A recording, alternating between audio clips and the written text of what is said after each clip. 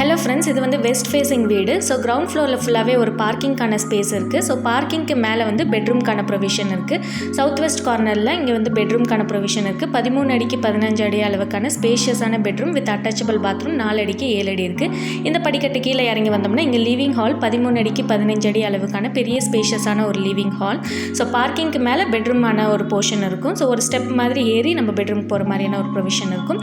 So அதுலேருந்து straight வந்தோம்னா இங்கே 8 அடிக்கு 11 அடி அளவுக்கான கிச்சன் அண்ட் டைனிங்கான ஒரு ப்ரொவிஷன். நல்ல ஒரு ஸ்பேஷியஸான kitchen and dining space.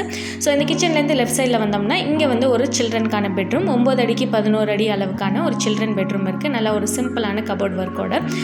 Living ஹால்லேருந்து left எடுத்தோம்னா ஒரு காமன் பாத்ரூம் இருக்குது. 4 ஃபீட்டுக்கு 7 ஃபீட் அளவுக்கான ஒரு காமன் பாத்ரூம். அண்ட் ரைட் சைடில் ஒரு பெட்ரூம் இருக்குது. 11 ஃபீட்டுக்கு 10 ஃபீட் அளவுக்கான ஒரு ஸ்பேஷியஸான பெட்ரூம் இருக்குது. ஒரு நார்மல் வீடு இல்லாமல் கொஞ்சம் கிரவுண்ட் ஃப்ளோரில் பார்க்கிங் கொடுத்து ஒரு ஃபர்ஸ்ட் ஃப்ளோர் மாதிரியான ஒரு வியூவில் கட்டியிருக்கிற வீடு தான் இது.